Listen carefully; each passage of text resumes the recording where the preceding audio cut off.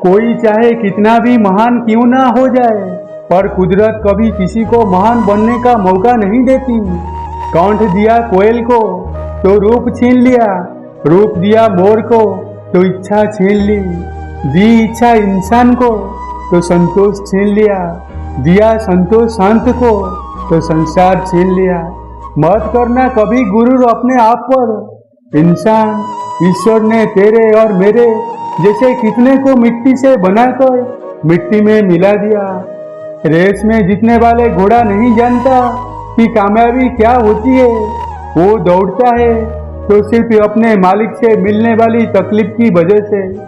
अगर आप कभी भी अपने आप को तकलीफ में पाओ तो समझ जाना कि आपका मालिक यानी ईश्वर यही चाहता है कि जीत आपकी हो।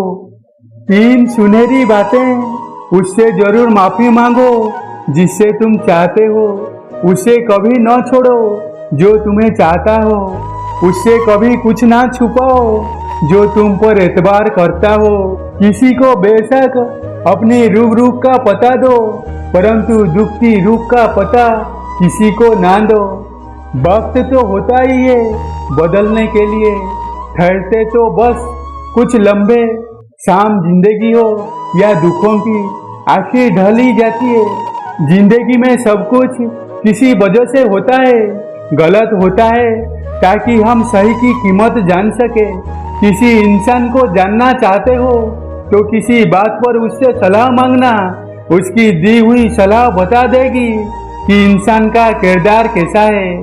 इंसान की सारी परेशानियों की वजह 2 बातों से होती है, तकदीर से ज्यादा चाहता है और वक्त से पहले चाहता है। कोई फर्क नहीं पड़ता कि हम अमीर है या गरीब, अगर दिल में कुछ देने का भाव हो तो हमारी एक मुस्कुराहट ही कई लोगों की खुशियां की वजह बन जाती है।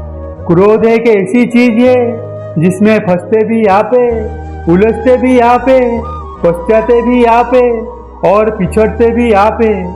क्रोध का अपना पूरा खानदान होता है। क्रोध की बहन है जिद, क्रोध की पत्नी है हिंसा, क्रोध की बड़े भाई का नाम है अहंकार, माँ है उपेक्षा, पिता का नाम है भय। निंदा और चुगली क्रोध की बेटियां हैं। एक मुंह के पास रहती है तो दूसरी कान के पास। ईर्ष्या इस खानदान की नगजड़ी बहू है और होती है घृणा जो सदैव नाक के पास रहती है। क्रोध के पूरा खानदान से हमेशा बचकर रहना।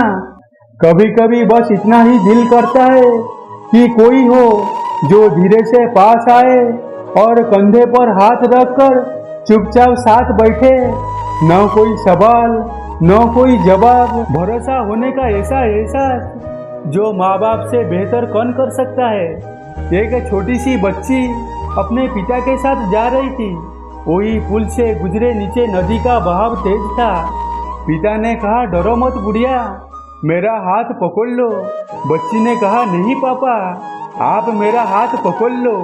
पिता ने मुस्कुराकर कहा, मैं आपका हाथ पकड़ूं या आप मेरा, क्या फर्क पड़ता है। बच्ची ने कहा, पापा, अगर मैं आपका हाथ पकड़ूं और कुछ हो जाए तो शायद मैं आपका हाथ छोड़ दूं, पर अगर आपने मेरा हाथ पकड़ा तो मैं जानती हूँ कि कुछ भी हो जाए आप मेरा हाथ कभी नहीं छोड़ोगे।